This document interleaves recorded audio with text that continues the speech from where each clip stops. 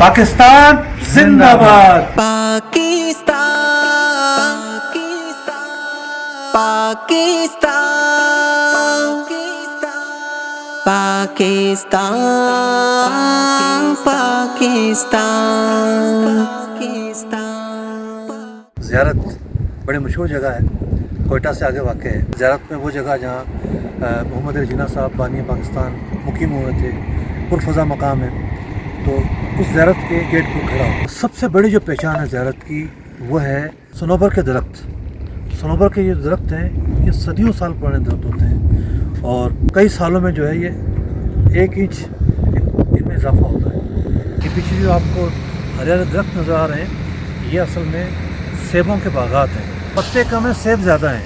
अंदाज़ा लगाइए अल्लाह ताला ने किस कदर पाकिस्तान को हुस्न व जमाल, कमाल, अनाज, फ्रूट, सब्ज़े से नवाजा है, मादनियात से नवाजा है। सोनी धरती अल्लाह रखे, कदम कदम आबाद, कदम कदम आबाद तुझे। और जनाब ज़ियारत की तरफ रवा दमा है और तेज़ बारिश शुरू हो गई है। अल्लाह खैर करे, बेहतरी से पहुँचे। पहाड़ों से पानी आना शुरू हो जाता है यहाँ पर। कदम कदम आबाद तुझे, कदम कदम आबाद, कदम कदम आबाद। पाकिस्तान जिंदाबाद। पाकिस्तान का मतलब क्या? ला इलाहा इल्लल्लाह कौन हमारा रहनुमा? मुहम्मद रसूलुल्लाह। ये हमारा वतन है। इस वतन की हिफाजत करना हमारी जिम्मेदारी है। इस वतन के साथ वफा करना हमारी जिम्मेदारी है। इस वतन की खिदमत करना हमारी जिम्मेदारी है। आज हर एक अपना बयानिया लेकर निकला हुआ है, लेकिन जो रियाया है, जो मखलूक है, जो अवाम है, ये सब हमारे हैं। इन्हें सहूलतें पहुँचाना, इनका ख्याल रखना हम सब की जिम्मेदारी है।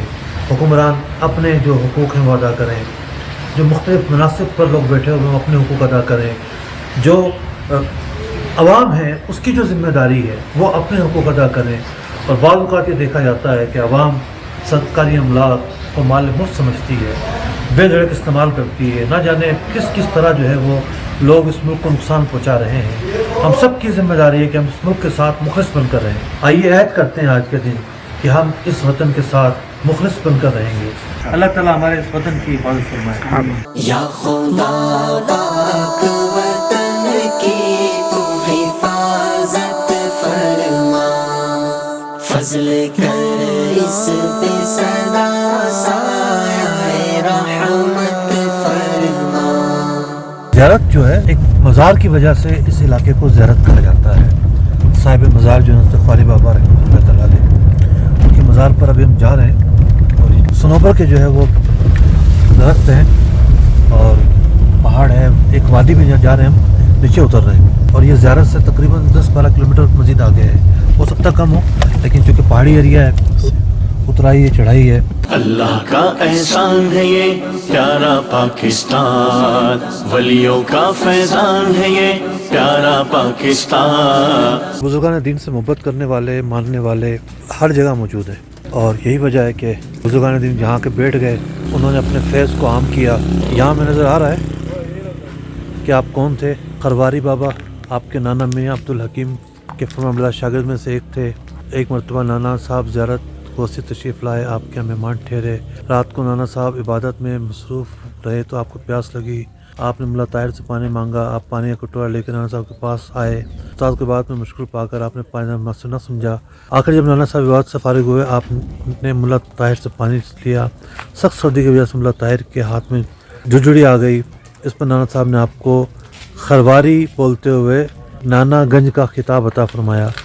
आपको बुजुर्गी खरवारी के हिसाब से दी गई, जबकि ज़ियारत का पुराना नाम गोस्की है। आपके मज़ार की वजह से ज़ियारत ये नाम मशहूर हो गया। और जनाब ये एक सनोबर के दरख्त पर ये सारी बातें लिखी हुई हैं।